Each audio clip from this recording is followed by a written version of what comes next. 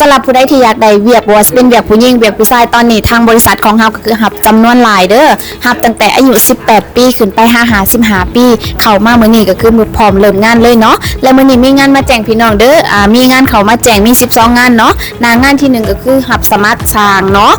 ก็คือต้องการ11คนจะได้วันละ500ถึง800เนาะตามประสบการณ์เลยจะมีสร้างไฟหับอยู่5คนเนาะค่าจ้างวันละ500ถึง800แล้วก็สร้างท่าสีหับ4คนสร้างถ้ำฟ้าก็คือหับ2คนเนาะสถานที่เฮ็ดเวียกนี่เป็นโรงแรมก็คือบอนเฮ็ดเวียกนี่แม่นอยู่ต่างจังหวัดเนาะอยู่จังหวัดพังงามีที่พักให้ซื้อข้าวกินเองเนาะเดือนหนึ่งมีวันหยุดให้4วันบ่หยุดแม่นได้ OT อันนี้คือต้องการสร้าง11คนเนาะและงานที่2จะเป็นงานผีเลี้ยงน้องค่ะจ้าง15,000สถานที่ทำงานนี่แม่นอยู่นนทบุรีค่ะจ้างและจ้างให้13,000เฮ็ดหน้าที่เบิ่งน้อง1คนอายุ1ปี5เดือนเนาะดูแลทั้งเบิดในส่วนของน้องส่วนงานที่3จะเป็นแม่บ้านไปเช้าเย็นกลับเงินเดือน15,000สถานที่ทำงานนี่แม่นอยู่ศรีนครินทร์45มีในจ้าง 2-3 คนเนาะก็คือจะบ่มีสัตว์เลี้ยงเข้างาน 8:00 นเลิกงาน 18:00 นส่วนงานที่4ก็คือต้องการเป็นแม่บ้านเลี้ยงน้องสถานที่ทำงานแม่นศรีนครินทร์คือกันเนาะมีในจ้าง 3-4 คนเฮ็ดหน้าที่เบิ่งน้อง1คนอายุ5ปีเนาะดูแลทั้งเบิดในส่วนของน้องส่วนงานที่5จะเป็นงานแม่บ้านอยู่ประจำเงินเดือน12,000สถานที่ทำงานนี่แม่นอยู่บางแคมีในจ้าง2คนมีหมา1ตัวเนาะต้องดูแลแล้วก็ซอยเบิ่งน้อง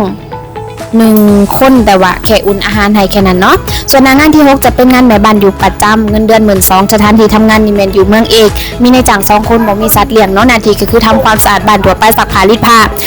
งานที่7จะเป็นงานแม่บ้านอยู่ประจำสถานที่ทำงานนี่แม่นอยู่นนทบุรี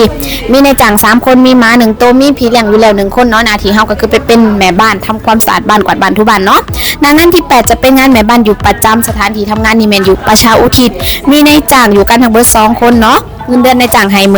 12,000มีวันหยุดให้4วันบ่หยุดแม่นได้ OT วันละ500งานที่9จะเป็นงานแม่บ้านพี่เลี้ยงน้องสถานที่ทำงานนี่แม่นอยู่จตุจักร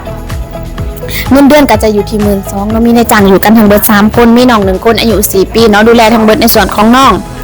และส่วนงานที่10จะเป็นงานแม่บ้านพี่เลี้ยงน้องอยู่ที่พระราม2เนาะผู้ใดที่อยากได้ที่พระราม2มีเข้ามาแล้วเด้อมีในจ้าง3คนเนาะเฮ็ดหน้าที่เบิ่งน้อง1คนอายุ5เดือนดูแลทั้งเบิดในส่วนของน้องและงานแม่บ้านดูแลผู้สูงอายุอยู่สัมพันธ์อารีสัมพันธ์เนาะเขตพญาไท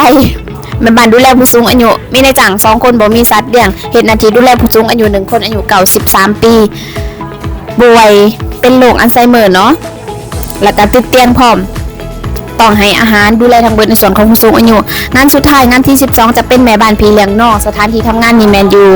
บางสั้นที่บ้านมีในจ้างอยู่กัน4คนมีม้า1ตัวเนาะขอคนที่บ่ย่านม้านี่ซอยเฮ็ดหน้าที่เบิ่งน้อง1คนอายุ1ปี5เดือนดูแลทั้งเบิดในส่วนของน้องเนาะทุกงานที่ข่อยอ่านไปก็คือยังบ่ทันได้คนงานเด้อทุกคนผู้ใดอยากได้ก็อย่าลืมเข้ามากรอกใบสมัครกันได้เลยเนาะคือแบบนี้เนาะเขาเจ้าเข้ามากรอกใบสมัครกันหลายผู้ใดที่อยากได้เวียกแถวใดก็มาสมัครไว้ได้เลยสถานที่สมัครเวียกแมนอยู่จรัญสนิทวง 82/1เด้อสำหรับนี้ลาไปก่อนเด้อทุกคนสบายดี